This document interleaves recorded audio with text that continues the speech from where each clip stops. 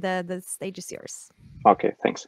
Hi everyone. So the first question to you, actually, are you familiar with what exactly is the public clouds? So should I explain you anything about the AWS or DigitalOcean or Microsoft Azure or other public clouds? I guess I know the basics. Okay, perfect. So about us, the short pitch. So our company is a 3-year-old cloud service and a security broker. We are seeking about $2 million United States dollars. We had the revenue of 1.2 million last year, and we would like to spend this money on our expansion into the Western countries like UK, Germany, and United States. So about us. We've been founded 4 years ago. We are developing the EMA platform. EMA means Extensible Multi-Cloud Management Asset. So we work in European Union and the CIS countries and have almost 120 B2B paying customers right now. We have a pretty big companies like Liebherr, Commerzbank, etc. Been featured by a number of big companies like Microsoft and Bloomberg. So about the cloud market in Western Europe, this is a very challenging and fast-growing market. So it should be about 100 of millions in the United States dollars by 2023. And if we are talking about the public cloud adoption, more than 90% of enterprises in European Union are using the public clouds, like the local ones or the big ones, the titans. We call them titans, like AWS or Google, for example. So about the multi-cloud. Multi-cloud means that you use more than one cloud at a single time. So for example, AWS for your development infrastructure and DigitalOcean for the production one, or Microsoft Azure. In 2018, we saw that this trend was a kind of the growing trend, and it continued. It grows in 2019, and we see that by 2020, 59% of the respondents said, I mean, among the enterprises, they said that the multi-cloud strategy is very important to their enterprises. So, but there are still the several problems that we address. So the multi-cloud connectivity is still an issue. There are no any complex security, let's say, products that can close all the gray zones between the clouds. There are no any products that help to avoid the lack of a single point of communication for the technical people, I mean the support, and there are no any migration or interrupt tools. So for example, between the Microsoft, Azure, and Amazon, there are no any open APIs or anything else to provide the connectivity or to migrate the virtual machine from one to another. So if you have a variety of services, you cannot just move the virtual machine easily via a couple of clicks. So that's why we do our cloud platform on the edge of 4 different modern technologies that addresses all these problems.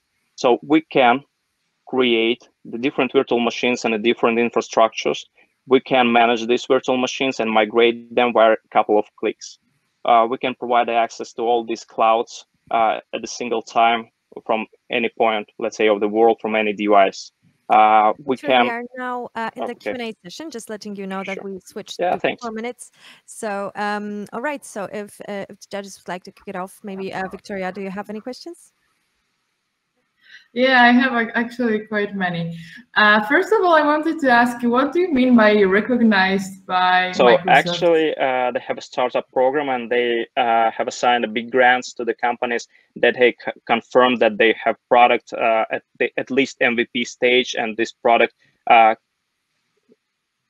I know, because I'm from Microsoft, so I know what they have. But are you in Microsoft for startups? In which country? Okay.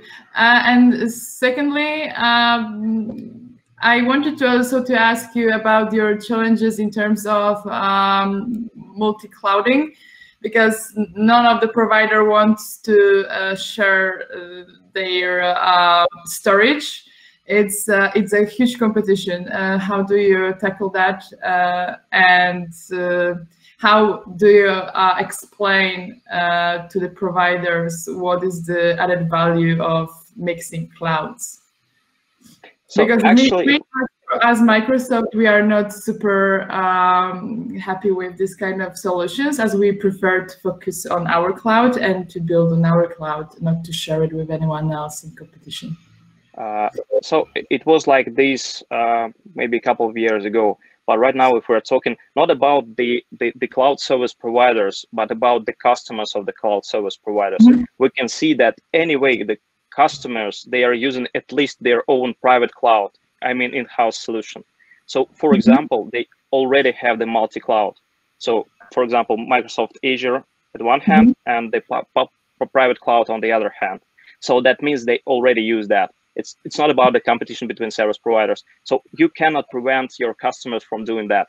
So that's why we are providing the transparent service that helps service providers to, actually this tool is also for the service providers, where each service provider can understand why the customers are choosing the different ones. I mean, in terms of pricing, for example, or the SLA or whatever.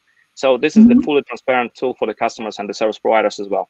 Also, we help the service providers to bring them new customers from the different hypervisors, even from the private infrastructures. So that's not about the competition between the service providers. Okay, I will leave floor to Laima. Okay. Who are your competitors, if you have any? Actually, yeah, we have a variety of them.